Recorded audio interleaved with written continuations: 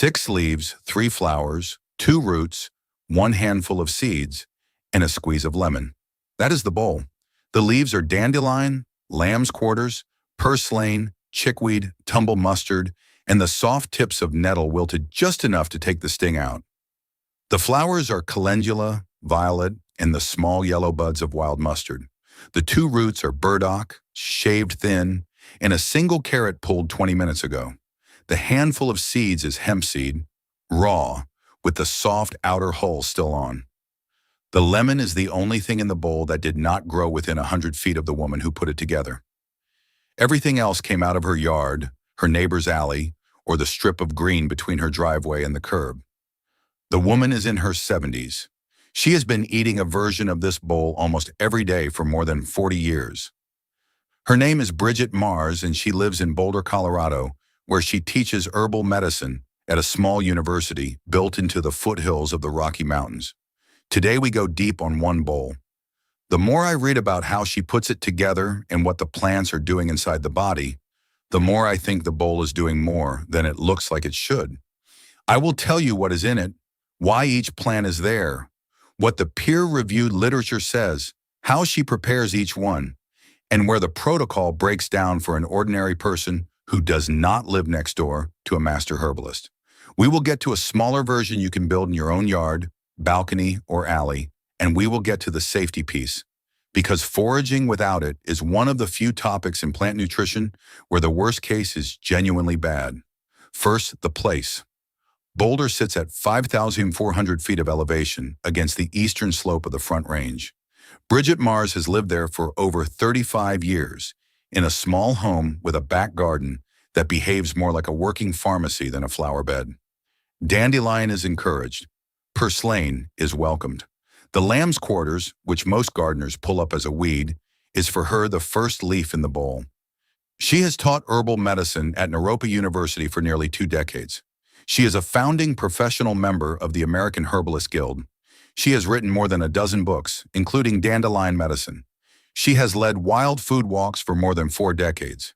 She said it this way in Boulder Weekly: "What's more local than making a salad from things that were still growing wild in your own backyard an hour ago?" That is the entire pitch of the bowl. Local, wild, hour-old, and free. Now the leaves. The first leaf is dandelion, not the flower. The young leaf is picked before the plant bolts and goes bitter. Taraxacum officinale. The leaf has been eaten as food and medicine across Europe, North Africa, traditional Chinese pharmacopoeia, and the Americas for at least 1,000 years. A single cup of raw chopped dandelion greens carries more than 500% of the daily value of vitamin K, more than 100% of vitamin A, plus vitamin C, calcium, iron, and inulin, a soluble fiber that feeds gut bacteria. The German Commission E monographs cleared dandelion as a diuretic and a digestive bitter. The bitter compounds signal the gallbladder to release bile and the stomach to release acid, the thing the modern American digestive tract has stopped doing well on its own. The second leaf is lamb's quarters, Chenopodium album, or wild spinach. A cup cooked delivers more calcium than a cup of milk, more iron than spinach, and a full serving of vitamin A and vitamin C. The Hopi and Navajo gathered it. The medieval English ate it before they had spinach. The third leaf is purslane, Portulaca oleracea, a succulent that grows in the cracks of sidewalks. It has the highest omega-3 content of any green vegetable ever measured. Per gram, purslane contains alpha-linolenic acid at levels higher than any other leafy green, tested in a comparison published by the American Journal of Clinical Nutrition. Omega-3 is the nutrient the modern American diet is most consistently low in. It tastes lemony and slightly salty with a crunch like cucumber, the easiest of the wild greens to like the first time. The fourth leaf is chickweed, Stellaria media, delicate, low-growing with tiny white star-shaped flowers, mild and almost grassy. The traditional Northern European use was for skin irritation, joint stiffness, and as a gentle spring tonic. It carries vitamin C, vitamin A, magnesium, calcium, and a saponin with mild anti-inflammatory effects in lab work. It softens the bowel. The fifth leaf is tumble mustard, Cicimbrium altissimum, or tall rocketweed. It carries the same glucosinolate compounds that the broccoli and kale literature has linked with cellular detoxification pathways and reduced rates of certain cancers in epidemiological cohorts. The compounds activate phase 2 liver enzymes. The sixth leaf is the soft top of stinging nettle, Urtica dioica. The sting disappears the moment the leaf is heated, frozen, blended, or briefly massaged. Once gone, it is one of the most mineral-dense plants ever measured. Iron, magnesium, calcium, potassium, silica, vitamin K, and chlorophyll at levels that beat almost every cultivated green.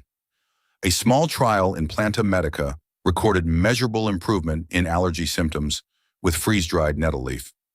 And the European phytotherapy literature on its effect on prostate enlargement in older men is several thousand patients deep. That is the 6 leaves. Each one is documented, non-exotic, non-flown in, and all growing within a short walk of where she lives. Now the 3 flowers. The first flower is Calendula, Calendula officinalis, the bright orange marigold. The petals are mildly bitter and have been used in European folk medicine for centuries for wound healing and digestive support. A 2013 review in the Journal of Ethnopharmacology summarized the laboratory data on its anti-inflammatory compounds. Petals are pulled apart by hand and scattered on top. The second flower is the violet, the small purple-blue flower of early spring lawns. It is edible and vitamin C rich, a traditional cooling herb. The flowers go on whole. The third flower is the small yellow bloom of wild mustard.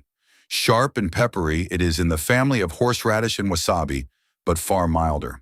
A few flowers lift the whole arrangement. Now the 2 roots. The first root is burdock, Arctium lapa. The Japanese built an entire vegetable culture around it. They call it gobo. They pickle it, simmer it, and slice it thin into miso soup. Burdock carries inulin, the same prebiotic fiber as dandelion. It carries trace minerals from deep soil that shallow-rooted vegetables cannot access. In the bowl, it is shaved thin with a peeler into raw ribbons. The second root is the carrot. Mars pulls it 20 minutes before the salad goes on the plate. She does not wash it under chlorinated tap water. She brushes it off with a clean cloth because the soil that clings to the surface carries some of the most beneficial soil bacteria the modern food system has scrubbed out of the supply chain. The carotenoids in the carrot are precursors to vitamin A. They are fat-soluble, which is why the bowl is built around a small amount of plant fat. Then the handful of seeds, hemp seed, raw, soft-hulled, 3 tablespoons. Hemp protein has the full complement of essential amino acids, a complete protein the way the soybean is. It carries an unusually balanced omega-3 to omega-6 ratio. Mars wrote an entire cookbook about it, the Hemp Nut Health and Cookbook, in 2000. The hemp seed is sprinkled across the top like fine confetti, and then the lemon. 1 whole lemon is juiced with the zest grated over the bowl. The acid lifts the bitter compounds and softens them. The vitamin C helps the body absorb the iron in the lamb's quarters and the nettle. No oil is used in this dressing. The fat, if you want any, comes from a half avocado on the side or from the hemp seed itself, which is about 33% fat by weight. That is the bowl. Before we go further, the protocol is also written up in our companion guide, The Backyard Plant-Based Pantry, a small printable booklet with photographs, season-by-season harvesting, simple recipes, and the safety protocol. The link is in the description. The cost is set lower than a single bag of organic spring mix. If you want it, it is there. If you do not, the rest of this video is the full protocol on the house. We tell the stories of people whose food choices, kept up for decades, produced a body the standard American model said was not possible. Back to the bowl. The preparation is most of the protocol. You do not need a recipe card, you need a sequence. First preparation, wild greens fresh bowl. Walk the yard with scissors in a shallow basket. Cut, do not pull. Leave the root intact so the plant can grow back. Take only the youngest dandelion leaves before the plant bolts. Cut purslane an inch above the soil and it will grow back. Take the top 6 inches of nettle wearing gloves. Bring the basket inside. Submerge everything in cold water for 10 seconds. Swirl, lift out, drain on a clean towel, cut into postage stamp pieces, toss in a wide bowl, squeeze the lemon, Sprinkle the hemp seed. Eat with a wooden spoon. Time from yard to bowl is under 30 minutes. Second preparation, wilted nettle bowl. The sting is what stops most people from eating it raw. The way around it is to pour water that has just come off the boil over the nettle tops. Count to 10 and pour the water off. The sting is gone. The leaf is wilted. The water, if you save it, is a mineral-rich nettle tea you can drink warm. Third preparation, dandelion root coffee. The roots dug in the fall after the leaves have died back are scrubbed clean, sliced thin, and roasted in a low oven until they smell like coffee. This is a folk preparation that goes back centuries in Europe. Hot water is poured over the roasted root for a 10-minute infusion, then strained and drunk warm. It is a digestive bitter in cup form. Fourth preparation, stem and root noodles. The hollow stems between the dandelion leaf and flower are used as a pasta substitute. Toss them with garlic and a small drizzle of olive oil. The same idea works with thin, shaved burdock root. This is the preparation that bridges the wild greens bowl into a warm meal for a winter night. The bowl alone has carried her in some version for more than 40 years. Now the safety protocol. Listen carefully. This is not optional. First, positive identification. Do not eat any wild plant you cannot identify with absolute certainty. The most common mistakes: water hemlock confused with wild carrot, false hellebore with wild leek, poison hemlock with parsley, have killed people. Wild plant identification has a learning curve. Best learned with a printed field guide for your region, ideally with a teacher who knows the local plants by sight. Second, location. Do not forage from roadsides where lead and exhaust have accumulated, nor from lawns where herbicides and pesticides have been used. Avoid dog parks, industrial sites, or old farms where heavy metals may remain. The clean places are your own garden if you have not sprayed it, a friend's organic yard, a deliberately maintained urban forager-friendly park, or a well-known wild area away from runoff. Third, introduction. Introduce one new plant at a time. Eat a small amount the first day and wait 24 hours for any reaction. The first dandelion leaf is one leaf, not a bowl. Fourth, pregnancy and medications. Dandelion is a mild diuretic and may interact with lithium and certain blood pressure medications. Nettle may interact with diabetes medication and blood thinners. If you take prescription medication, are pregnant or nursing, or have a diagnosed medical condition, talk to a clinician familiar with herbal medicine before adding wild plants to a daily routine. Mars herself recommends this. Fifth, children should not forage unsupervised. A 4-year-old who tastes a plant on a walk does not have the judgment to identify it correctly. The walks are wonderful. The unsupervised tasting is not. Sixth, allergies. Pollen-sensitive eaters can react to plants in the daisy family.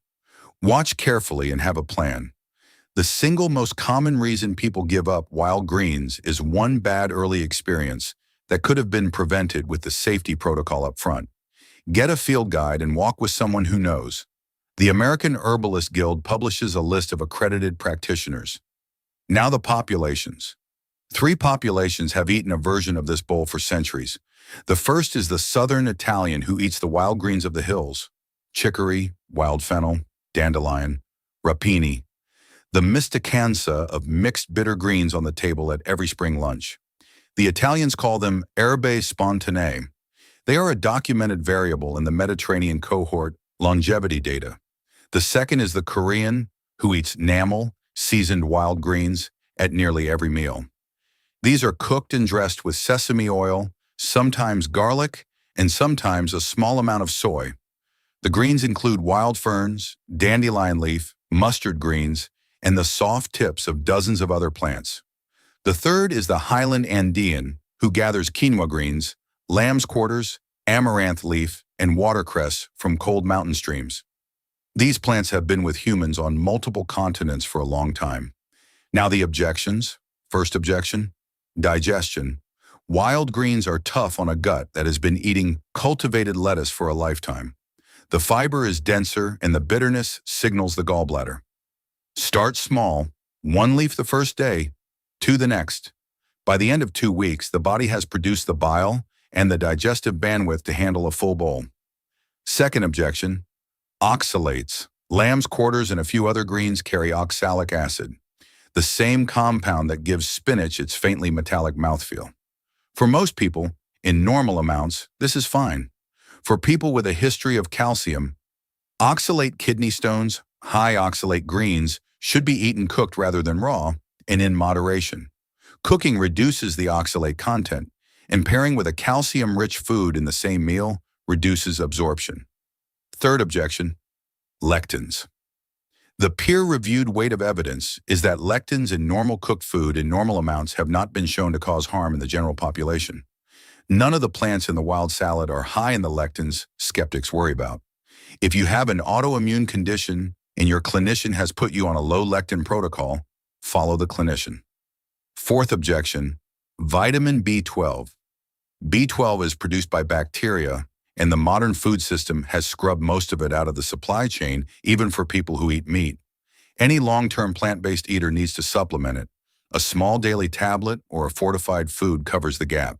The bowl is otherwise nutritionally complete for nearly every other essential nutrient.